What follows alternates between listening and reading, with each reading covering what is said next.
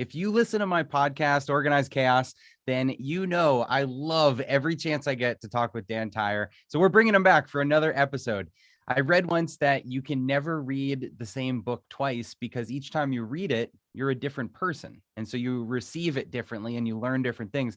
And I think the same goes with interviews. So some of you may have heard Dan and I talk before, but every time we talk, there will be new nuggets of wisdom. There'll be new questions. There'll be new stories that Dan tells. You can already see his energy in the chat. This guy's infectious. So let's talk about Dan. 14-year veteran of HubSpot. 15. 15. Don't sell me short. Okay. 15. That's my old bio. I needed upgraded last week. In 15. June, I know I celebrated 15 years at HubSpot. Amazing. It's like dog years too. It goes on forever. It's a grind. Yeah. That's like 75 in SaaS years. So 75 years at HubSpot. That's what I'm putting in here. He was the first salesperson. He's expanded the sales through management and training, the whole sales team. And he coined the term schmarketing, which we talked about the first time I interviewed him. He's also the co-author of the book Inbound Organization. Awesome book. Check that out. How to build and strengthen your company's future. So as always, welcome, Dan. Boom, Chris, my friend. Thanks so much for letting me join, man. This is exciting. I've been working the chat pane, right? Trying to understand whether this audience wants more content or more jokes. What do you think they said? I don't know. I haven't They seen said it. both. You got an overachieving audience. Come on. They're not going to be just like sitting back in the weeds. And I hope we got somebody moderating the chat pane because it's like a mosh pit. Let's go. We want a lot of energy. We want the questions. First of all, I should say I'm a huge Chris fan, right? I have been for a while. How long have we known each other, my friend? 4 or 5 years, something like Yeah, that. I think it's 5 years. We met at a program that I was presenting at, and you're like, yes, like that's the way I'm trying to scale my company. I look around 5 years later, boom, all these customers, building a great culture, right? You're a great husband. You're a great man, right? You've got building a great company in Arizona and North America. And then we got a chance to connect because I was doing a program, HubSpot for startups in India. Remember that? And I'm like, Chris, do you do a lot of business in India? It's like, yeah, I do. I'm like, okay, give me a case study. And then I presented the Trainual scale up in India, and people are like, yeah, that's good. That's what I want to do. So a great example for our entrepreneurs, startups, scale up, solo entrepreneurs, and super excited to be here. So someone in the chat said, I think you're competing for the host spot, the moderator spot with this energy. And really, like, I don't have to do anything. I think you could just talk for the whole time. So I'm just going to turn my camera off and we'll just let. No. It's the Chris and Dan show. But like what happens when we get together, it's like people may think that this is our public persona. It's our private persona too. Yeah. Right. I finish your sentences. You're like, but Dan, and then we jump in and then I tell a few jokes and it's usually fairly entertaining. So that's what we're going for today. So do you have a joke to kick things off so that we can hit both right out of the gates? Come on, really? This is my 5th speaking engagement this week. What do you call a snarky inmate walking downstairs? What do you call it? A condescending condescending. Is that good? All right, put in the chat pane, rate that joke, right? You're all going to steal it. I know. There's George saying good. I got a couple of, 8 out of 10, 8 out of 10, 11 out of 10. Okay, it balances out. Right. I got like, I major in dad jokes, right? Go to dadjokes.com, right? It's not that hard, right? But in all my presentations, right? I just, I think I'm up to 49 presentations so far this year, which I love doing, right? I love the podcast. Most people like the big energy. If you're an introvert, like lower your volume a little bit and turn off your screen because it's going to be a hard next 25 minutes, right? But we're going to have some fun. Becky sent me the greatest questions. Oh my goodness. Thank you very much, Becky. And thank you, Chris, because we're going to talk a little bit about growth, which both HubSpot and Trainual is all about growth, right? What you're trying to do is grow. Our HubSpot's mission statement is to help millions of small businesses grow better. And that means not just as your company, not just your bottom line. It means as individuals, as families, as leaders, as companies. And so that's why I'm here today, is to spread that word, to help people, right? And to give them some guidance and support as they're on their journey. Amazing. Okay, so let's get into it. So why don't we start where you started with HubSpot, which is sales. Sales has changed a lot in the last couple of years, in the last decade, whatever we wanted to say.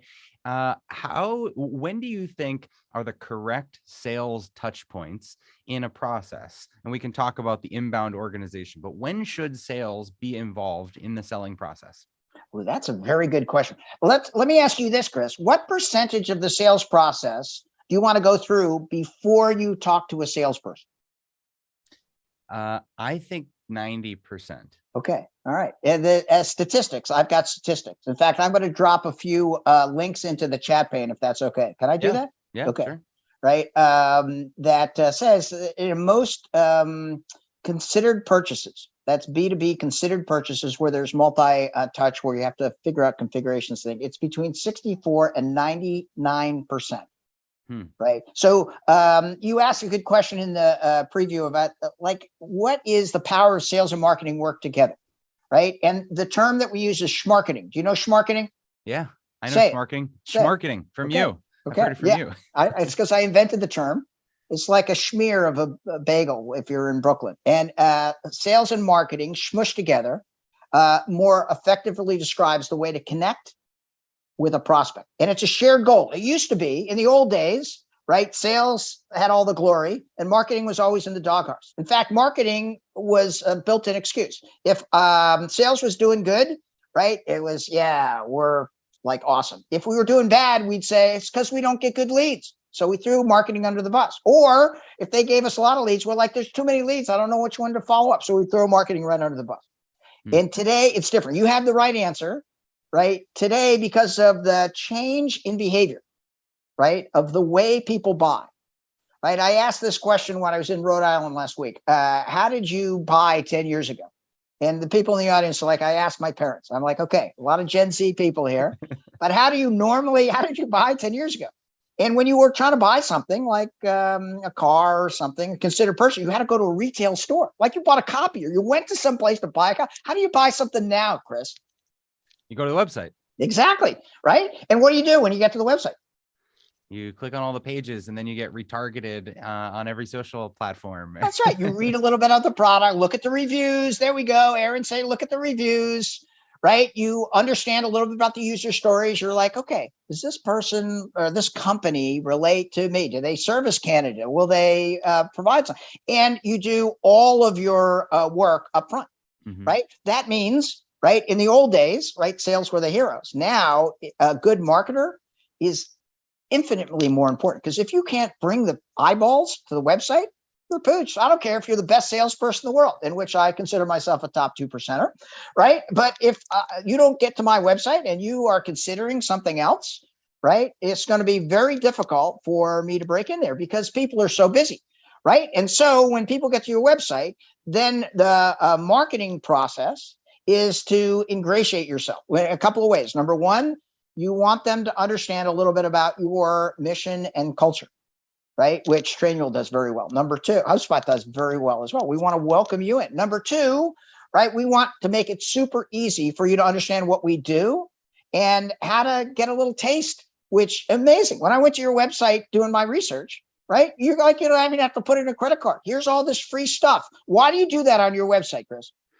We want people to experience it. We want them to touch it and feel it and decide if it's a good fit for them. Because if everyone just signs up for a trial and gets in there, then it's going to work for, a small percentage of the people. So we kind of want them to qualify themselves.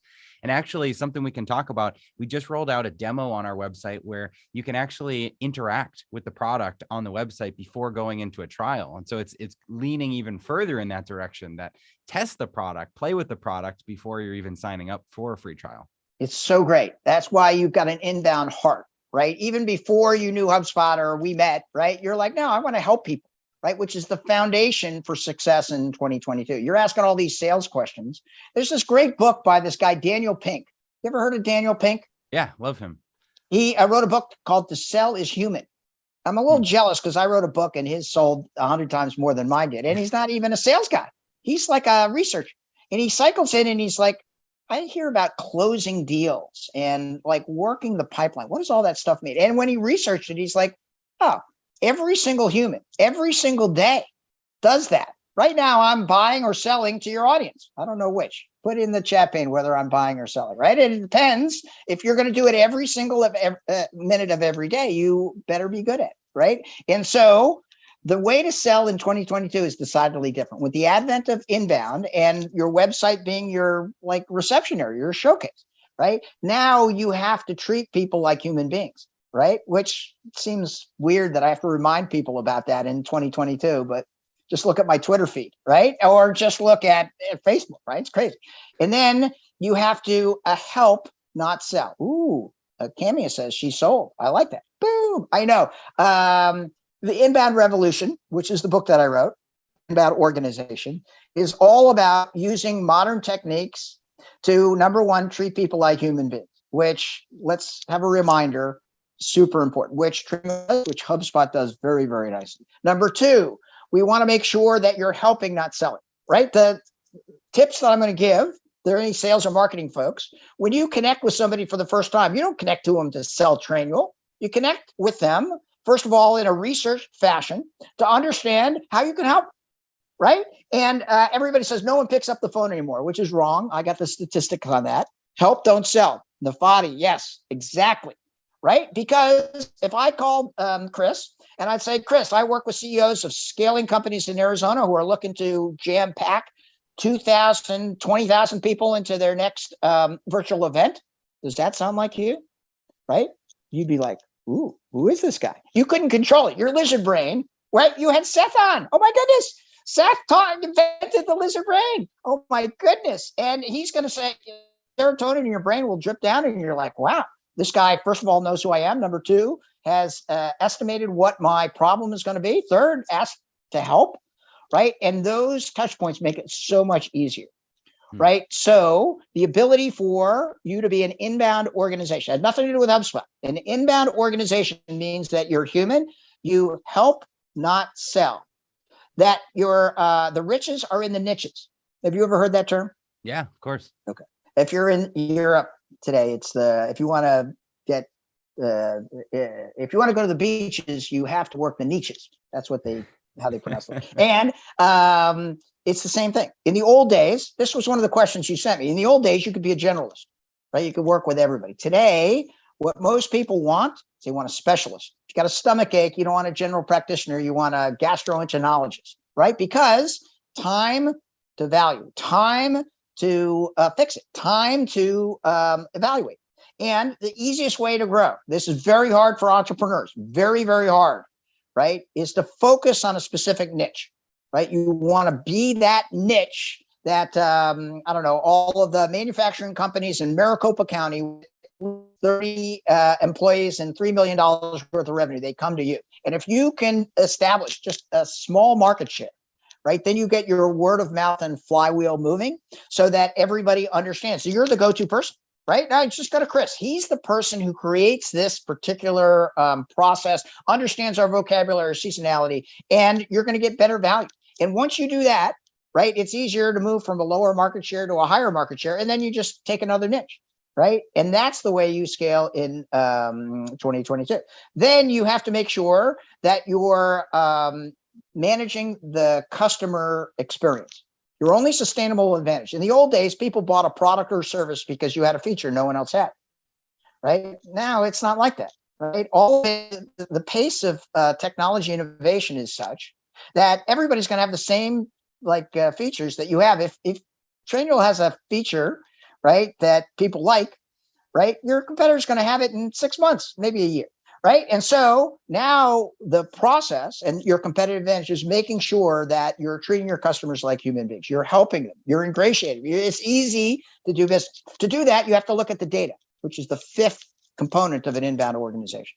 Right. You look at the data. You make sure that you are delighting your customers. Right. You make sure that the ratios are right. That the people who come to your website, at least a certain, Thomas says good stuff. Yeah, this is all like out of the inbound organization. It's all the stuff that I learned at HubSpot. It's all the stuff that Trainual practices. And the great thing is that it's essential for solo entrepreneurs, for scale ups, even for $100 million companies to practice. Because if you don't, you're going to get squished, right? It's a very competitive marketplace. Do you know the average number of competitors a U.S. company has? No. Guess.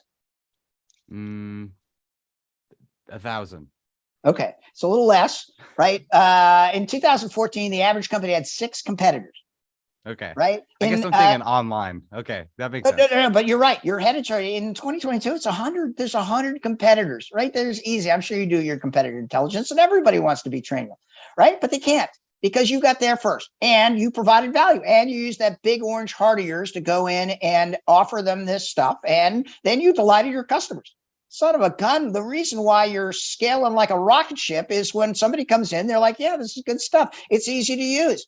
I like this stuff. They're not going to change, right? There's another product feature. You're going to find out pretty soon. You're just going to add it to your program. And that is a recipe for success. You have leaned into the customer experience, which is great. Now, the final thing, which is also you've done so well, sounds like I'm your PR firm. And we didn't even discuss this, but you're a great example. When I was doing my research last night, Becky sent me the questions. So I'm like, these guys just practice the process, is to create a community. And you're running this program for 2 days, which costs a fair amount of money. Why are you doing it? Why are you helping out all these people with world-class speakers and programs? To be helpful, to help them grow their businesses, because then our product works better. All right. Zach Esty says Becky is a stud. I like that. It's a star if it's female, but good stuff. I know. Look at that. Hearts. That's right. And so you're ingratiating yourself. First of all, it's good for humanity, right? Doing good stuff is just nice. Second of all, you're providing a great value of world-class speakers. The lineup is awesome to explain how they can apply it to their particular business. It'll all be recorded. You'll make it available to everybody. That is unique, right? And that is a great, it's a great way to build this community of like-minded folks, right? Your chat pane is hilarious right now. You've attracted people that have the same kind of values because they like to hang out with the trainable kind of culture. And that bodes very well for your continued scale. That was a little bit of a long-winded answer, but how much time do I have? Do I have 3 more hours? No, yeah, I think we got 20 minutes or so to go. We'll somebody have to give me the heads up when we're running out of time, okay. But got it, because I'll just keep talking to you forever. But okay, so many things that you just covered. First, customer experience. Shout out to all of our customer success teams, customer support, everyone that's talking to customers. You're seeing this love in the chat, and so if you've talked to someone on our team, you probably know that, like Dan said, features are not differentiators, people are. And I think that the people that we've built are just incredible. So shout out to all of you, because I know you're watching wherever you're logging in from. Okay, hold on a second. Hold on a second. That is not easy, right? Number one, you had to pick the right people. Number two, you had to focus them on this is a mission, right? I've met some trainable employees, right? It's not that they're working like just selling insurance, right? You have made sure that you surrounded yourself with people who really understand customer delight, and you've given them the flexibility so that they can deliver. Right? That's on you, Mr. CEO and founder, right? You and John are working hard to create that. That's not easy, right? That means you have to take seriously your culture, right? On behalf of HubSpot, just Google HubSpot culture code, right? Very early in the HubSpot experience, we realized that culture was absolutely essential. And we worked hard. Dharmesh Shah, the co-founder of HubSpot, who's an amazing guy. He's the Dalai Lama of HubSpot. He just gave me a big hug last week at our inbound conference, right? He says, if you want to make $1 million, help 1 million people and ask for $1. I'm like, oh my goodness, that's so great. And he wrote the manifesto called the HubSpot Culture Code. And what it says is there are certain kind of ways that we recruit and apply so that our frontline employees can delight our customers.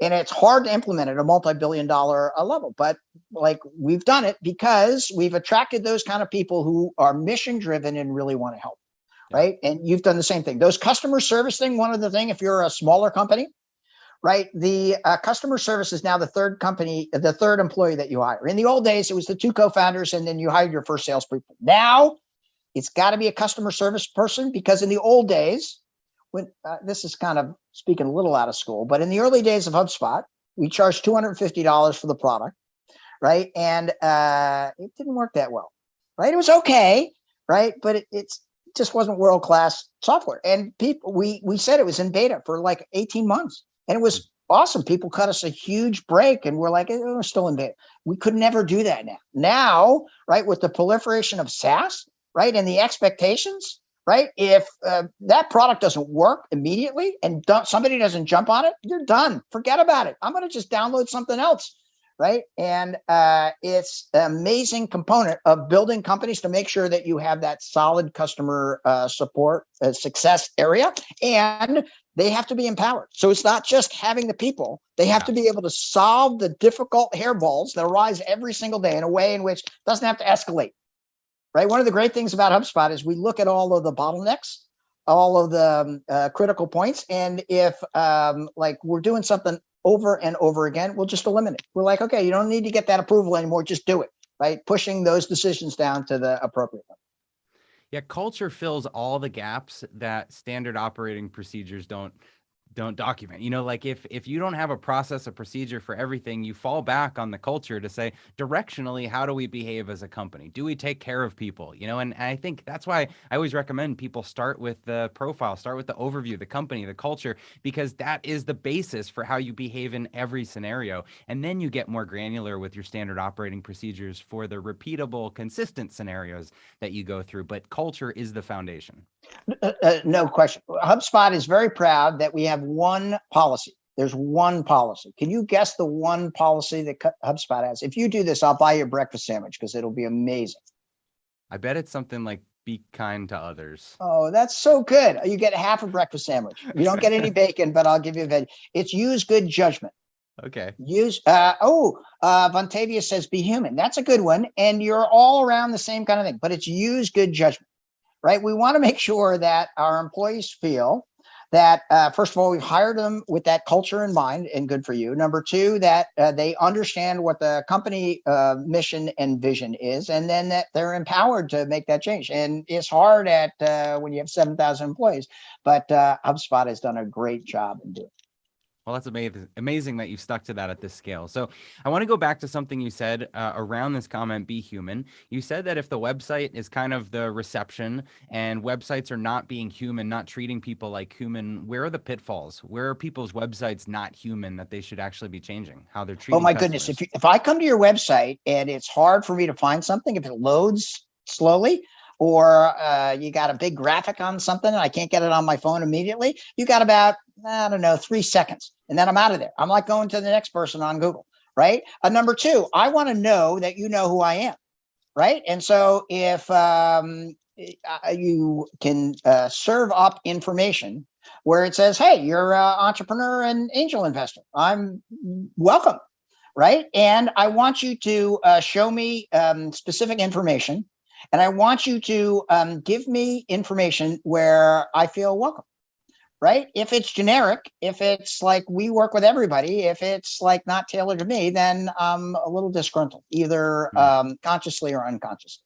But as soon as you say, no, we help Arizona entrepreneurs, right, who are angel investors who want to help scale other businesses. Now I'm like, ooh, these guys understand me. I want to make sure that it's easy for me to get free stuff. Put in the chat pane if you guys like free stuff. Yes, free stuff, no free stuff. Oh, Becky. Yes, I know. Come on, quick.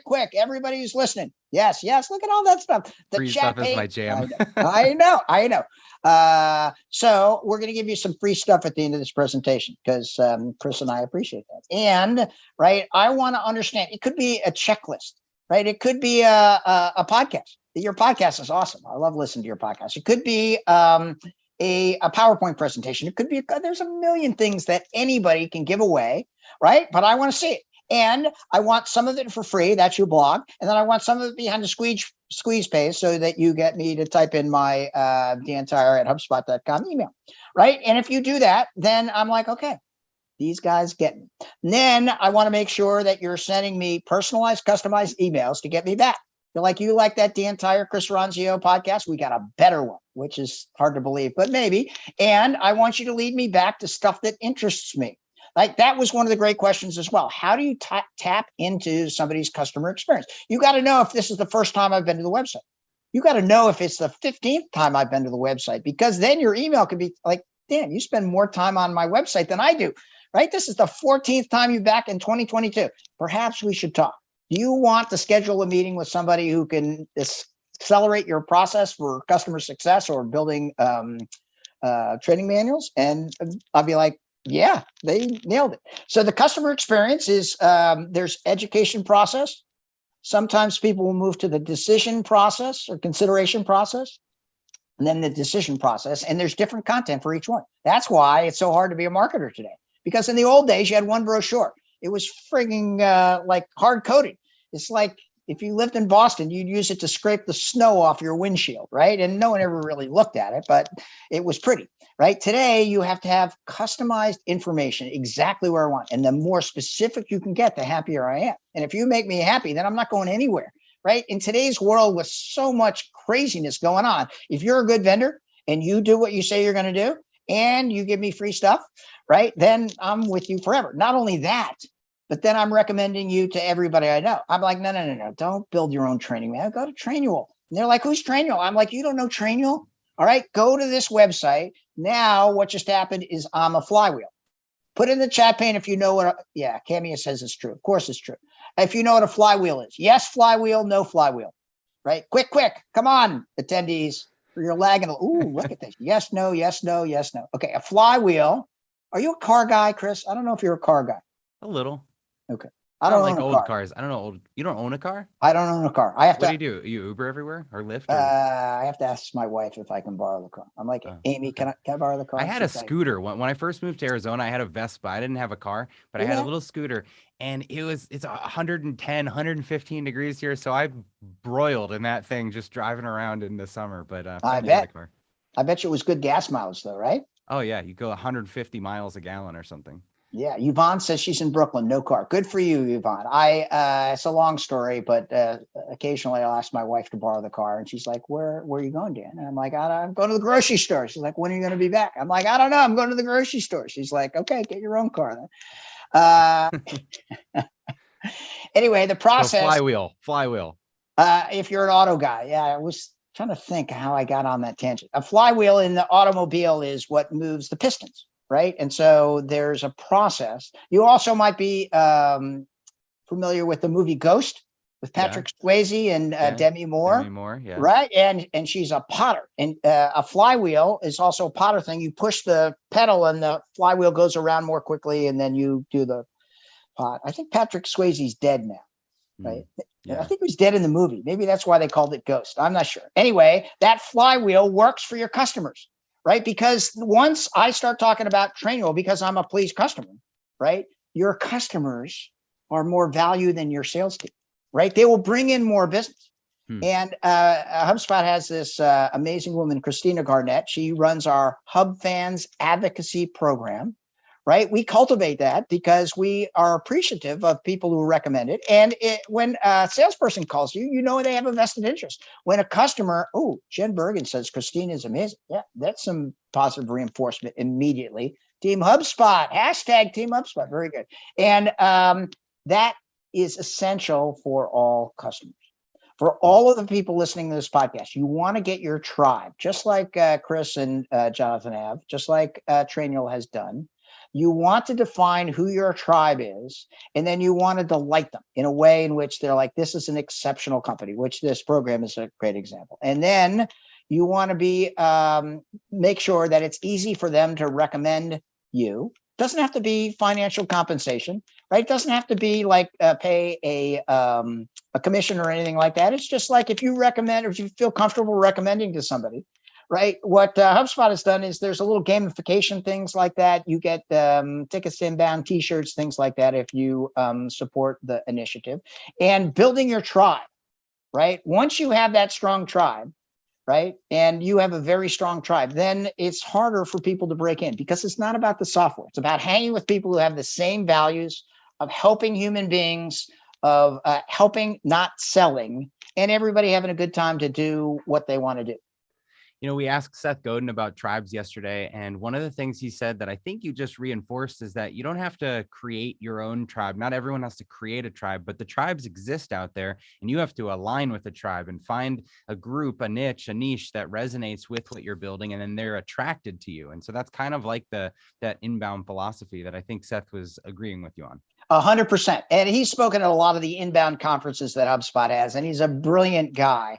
And you've got to be a little bit intentional, right? About who you want to hang with. If you go to the auto industry, there's a certain type of person who works in the auto industry. If you go into healthcare, there's a certain type of person. They have certain values. They have certain thoughts. They have, they're kind of the same, right? That's why they go into the industry, right? Yeah. And when you The create psychographics. it becomes very, very valuable Yeah. from a business perspective, also from a human perspective. When I was at the HubSpot inbound conference with 10,000 people, it was amazing because they all have big orange hearts. They're all talking about how they're helping everybody else. And they're watching Jane Goodall and Barack Obama and all these people. And they're all just like bonding together, and amazing process. Right. And by bringing all those people together, it just takes that feeling and it's like times 10. Amazing. See, if you're doing your event last week and we're doing our event this week, we should be doing like, 2-for-1s on speakers and stuff. We gotta get more strategic next year. All right, let's go. I've always said, Chris, anything you need, I'm all in, like everybody else, right? I support all entrepreneurs. My mission statement is doing the most good for the universe, right? Which I stole from my son, Eli, about 10 years ago. He told me when he dropped out of college, he's like, I just want to do more good for the universe. What do you say when your 22-year-old son says, I just want to do more good for the universe? I'm like, I'm stealing that line. He's like, what? I'm like, I'm going to tell that. I think that's what success as a parent looks like. I'm crying. I'm like, okay, that's the most beautiful thing you've ever said to me. And he's done it. He's socially responsible. He's someplace in Prague now trying to solve for humanity's existence. An amazing person. And you see at dantire.com. It's doing the most good that I can for the universe. And I'm relentless about it. I'm an old guy, so I don't sleep a lot. I just like nap in 2-hour increments. And so like it's 3:00 in the morning. What do I do? Either jump on LinkedIn or Slack, or I like prepare something like that. Oh, Jamie, you are always on LinkedIn. Whenever I'm on there, you like comment or write back right away. So you must always be awake. I want to, one thing that you said that I want to highlight. Go. You said, just give things away. Why do you think people are afraid to just give content away? Oh, it makes sense because they're worried that it's going to impact their business, right? And in the old days, we were very, very careful because that was your competitive advantage. I don't want to give away my secret sauce, but it doesn't work like that now, right? The more you give, the more you get, right? If there are hundreds of thousands of people who use HubSpot free software, just Google HubSpot free software. All of our software starts at free. Right. And the reason we do that is, number one, people like, number two, people need it. HubSpot has a solid balance sheet. And like, if you're just starting out, we don't want to take money from you. That's what the old companies do. That was the companies started in the 80s and 90s. Let's milk every single dollar we can get from startup companies. And that's the way we roll. We're the exact opposite. Like, we want to help people. Right. If people need software and they don't have enough money to afford it, HubSpot has the #1 CRM for scaling companies, right? And it's free. It's always going to be free, right? How about outside of software? Do you think service companies can use free too? 100%, right? There is no reason why you can't go ahead and offer a free consultation. I do it all the time, right? I do office hours at the Henry, right? Which is a local Phoenix-based company, which you and I have met. Do manufacturers use free? Of course, my co-author for the Inbound Organization, right, has 3 patents for lasers. Todd Hockenberry is like the smartest guy ever. And he's like, he was competing against a multi-billion-dollar multinational, right, who had all of these features. The one thing that people wanted when they bought a laser is they wanted quick turnaround. So what they did is, when somebody sent in a spec, right, they would say, okay, we will build the prototype within 48 hours and send it back to them. And people are like, what? And they're like, how much does that cost? And we're like, we'll do it for free.